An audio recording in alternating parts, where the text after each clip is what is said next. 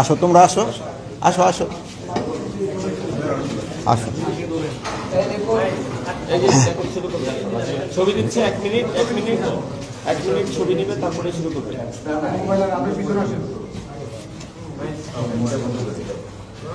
শুরু করবো আপনারা রেডি?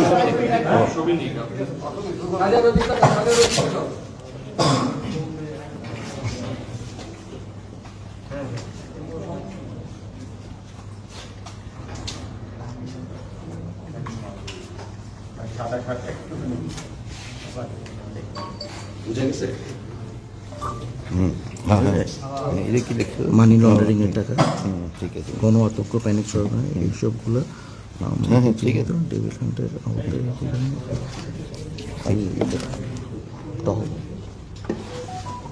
রেডি হয়েছেন নি ভাই? আর আধা মিনিট। আচ্ছা,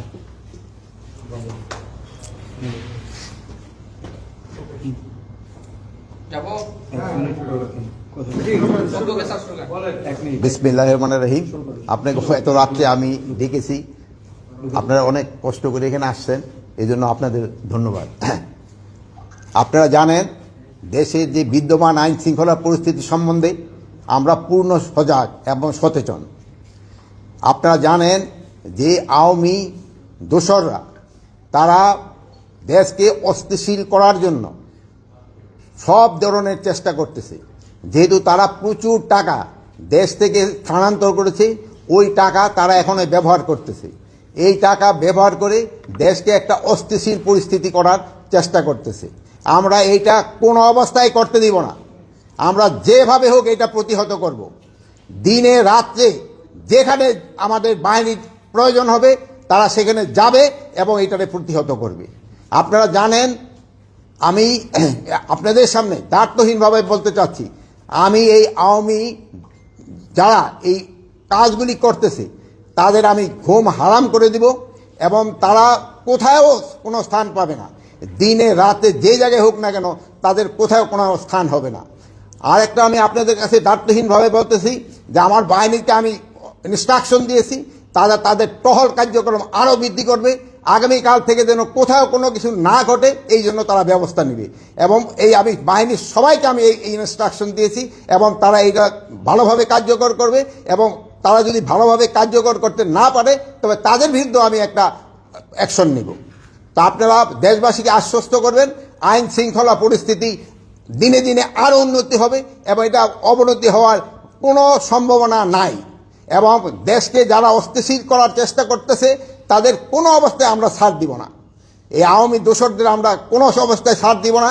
তাদের কাছে প্রচুর টাকা আছে, এই টাকা তারা বিভিন্ন জনের মধ্যে বিভিন্নভাবে ছড়াচ্ছে এবং দেশে একটা অস্থিতিশীল পরিস্থিতি চেষ্টা করতেছে, কিন্তু তারা কোনো অবস্থায় সাকসেস হবে না। এবং আমরা যেভাবে হোক আইন শৃঙ্খলা পরিস্থিতি দিনে দিনে উন্নতি করতে থাকবো। এবং এই যে ডেভিড হান্টের মাধ্যমে আমাদের কার্যক্রম অব্যাহত থাকবে এবং এই সন্ত্রাসীরা কোথাও কোনো জায়গায় ঘুমাতে যেন না পারে বা বসতে যেন না পারে, দাঁড়াতে যেন না পারে, এই ব্যবস্থা আমরা করব। মাননীয় উপদেষ্টা, আমাদের শেষ হয়েছে, আমরা প্রশ্ন করবো। হ্যাঁ বলেন। আচ্ছা, আপনি জানেন কি আজকেও দুটি ছিনতাইয়ের ঘটনা ঘটেছে এবং একজনকে একেবারে ওপেন ভাবে 4টি গুলি করে তার থেকে 160 ভরি স্বর্ণ ছিনতাই করার ঘটনা ঘটেছে।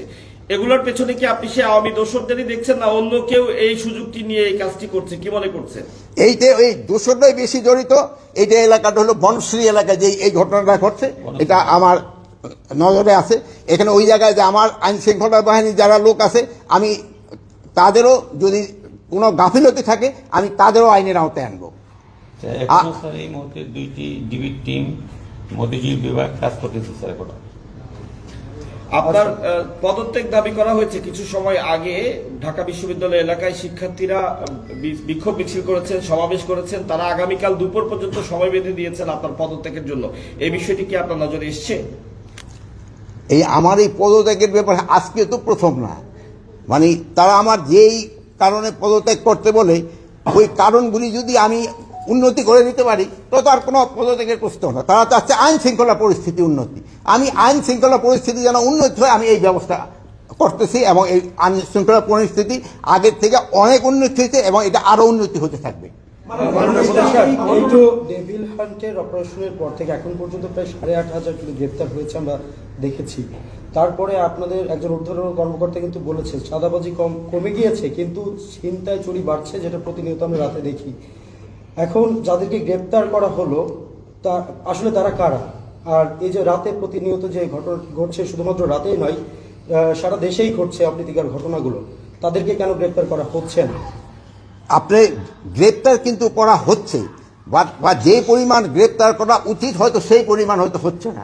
যেমন ধরেন এই বাসে ডাকাতির জন্য কিন্তু অলরেডি 3 জনকে কিন্তু সাভার থেকে গ্রেপ্তার করা হয়েছে, গ্রেপ্তার হচ্ছে এবং গ্রেপ্তার এটা চলতে থাকবে। মাননীয় উপদেষ্টা, আমরা প্রথমে আসলে সশস্ত্র বাহিনীকে আসলে যতটা সক্রিয় দেখেছি, এখন আসলে হয়তোবা ওই উপস্থিতিটা আসলে দেখতে পাচ্ছি না। যে সেনাবাহিনীর প্রথম দিকে যে অভিযানগুলো ছিল, বিশেষ করে পরে নতুন সরকার আসার পরে শুরুর দিকে যে অভিযানগুলো ছিল, এখন আসলে এই মানে ব্যবধানটা কেন আসলে? এটার সাথে একটু যোগ করতে চাই, রাজুকে যেটা উত্থাপন করা হয়েছে আপনার পদত্যাগের সাথে, বলা হচ্ছে যে সেনাবাহিনীর যে ম্যাজিস্ট্রেসি পাওয়ার দেওয়া হয়েছে সেটা কি মানে পুরোপুরি কাজ করছে কিনা তারা জানতে চেয়েছেন। আমরাও একটু জানতে চাই সেটা আসলে কাজ করছে কিনা, সেটা কিভাবে কাজ করছে, কোন স্তরে কাজ করছে। ম্যাজিস্ট্রেরি পাওয়ার তাদের যে ক্ষেত্রে দেওয়া হয়েছে ওটা ঠিকভাবেই কাজ চলতেছে। এই যে দেখেন সেনাবাহিনীর অফিসারও কিন্তু এখানে আছে, তারাও কাজ করে যাচ্ছে, তারাও কাজ করছে, সবাই কাজ করতেছে দেখেই কিন্তু আমরা একটু আগের থেকে পরিস্থিতি একটু ভালোর দিকে গেছে। এটা আরও ভালোর দিকে যেন যায় আমরা চেষ্টা করব, এবং আমি এই ব্যাপারে আপনাদেরও একটু সহযোগিতা চাবে। আপনারা কিন্তু সব ব্যাপারে আমাদের সহযোগিতা করে যাচ্ছেন, ভবিষ্যতে আপনারা আমাদের সহযোগিতা করতে যাবেন। যেমন আপনি এই বিদেশি প্রচার মাধ্যমে আমাদের সম্বন্ধে অনেক কিছু আজে বাজে লিখত, আপনারা কিন্তু এটা প্রতিবাদ করে এবং সঠিক সংবাদ দিয়ে কিন্তু আপনারা দেশকে বাঁচিয়েছেন এবং আমাদের উপকার করছেন। আপনারা ভবিষ্যতে এটাও করে যাবেন, আমি আশা করি। সাধারণের একটা কথা ছিল যেটা আপনার থেকে আমি উত্তর পাইনি, সেটা হচ্ছে অপারেশন ডেভিল হান্টার নামে কাদের গ্রেপ্তার করা হচ্ছে, এবং এখন পর্যন্ত কিন্তু আসলে এই অভিযানের পরবর্তীতে অপরাধগুলো অপকর্মগুলো আরো বেড়েই চলেছে। এই বিষয়টা যদি একটু ডেভিল হান্টের আওতায় সন্ত্রাসীদের গ্রেপ্তার করা হচ্ছে, যারা সন্ত্রাসী, যারা সন্ত্রাস কর্মকাণ্ডের সাথে জড়িত তাদেরই গ্রেপ্তার করা হচ্ছে। এখন এই যে একটা ঘটনা ঘটছে, এটা যেন কোনো একটা ঘটনা যেন না ঘটে, এই জন্য আমরা ব্যবস্থা নিব। শুরু থেকে আমরা বিভিন্ন ছিনতাইয়ের ঘটনা যা দেখেছি, যে মোটরসাইকেলে করে 3 জন বা 2 জন মিলে এসে তারা 3-4টি মোটরসাইকেল করে নিয়ে এসে ছিনতাই কাজটি করছে। তো এই মোটরসাইকেলে একাধিক ব্যক্তি চলাচলের ব্যাপারে এ ধরনের আলাদা কোনো নির্দেশনা কি আপনারা চিন্তা করছেন, দেবেন কিনা?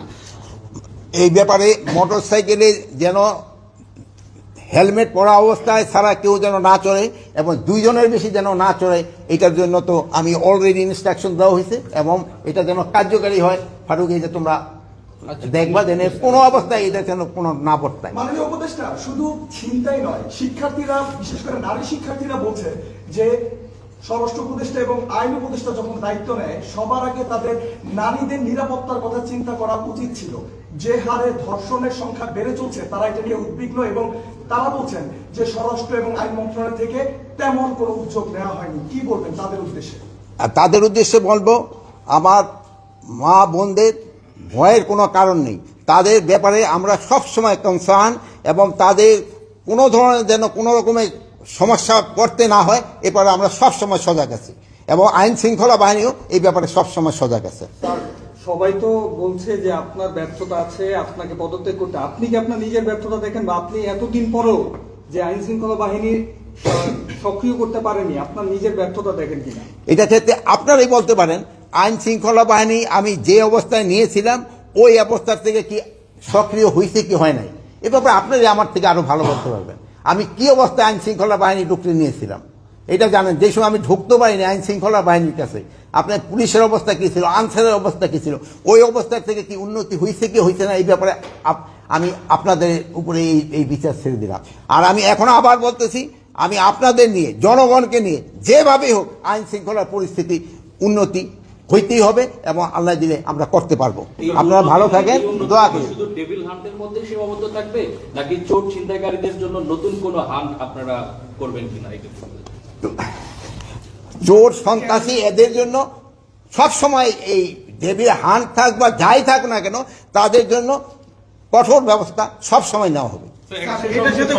সবসময় বলা হচ্ছে যে আসলে আপনারা যথেষ্ট চেষ্টা করছেন আর কি দেশের আইন শৃঙ্খলা বাহিনীকে আসলে ঠিক করার জন্য, কিন্তু প্রতিনিয়ত যে ঘটনাগুলো ঘটছে, হওয়া উচিত ছিল যে যারা এই খারাপ কাজগুলো করছে বা যারা ছিনতাই করছে তারা আসলে ভয় পাওয়ার কথা ছিল, কিন্তু তারা হচ্ছে প্রতিনিয়ত কিন্তু তারা সীমা লঙ্ঘন করে যাচ্ছে, প্রতিনিয়ত ঘটনার তীব্রতা বাড়ছে। তো আসলে কোথায় সমস্যাটা? আপনি নির্দেশ দিচ্ছেন কিন্তু সন্ত্রাসী দেখা যাচ্ছে প্রতিনিয়ত তাদের যে ইনসিডেন্ট ঘটেই যাচ্ছে, তাহলে কাজটা আসলে মিসিংটা কোথায়, ল্যাকিংটা কোথায়? এটার সাথে আমি একটু বলি, আপনি ডেভিল হান্টের অপারেশন ঘোষণা করার পর থেকেই অপরাধের প্রবণতা বাড়তে আছে। তো সেই ক্ষেত্রে আপনারা গাফিলতি কোথায় দেখছেন বা গ্যাপটা কোথায় দেখছেন, এই বিষয়টা আপনারা কি দেখছেন? দিনের পর দিন এটা চিন্তাই বাড়ছে, যে ডাকাতি বাড়ছে এই ডেভিল না, আমি এখন আমরা বসবো কুশল নির্ধারণ এখন আবার বসতেছি। আপনারা দেখছেন যে আমি আইন শৃঙ্খলা বাহিনীর উদ্বোধন কর্মকর্তাকে আমি ডেকেছি এবং এই ব্যাপারে আমি এখন কিভাবে কি করা যায় এটা এখন আমরা নির্ধারণ করব এবং আগামীকাল থেকে আপনারা দেখবেন একটা ডেফিনিট ইমপ্রুভমেন্ট।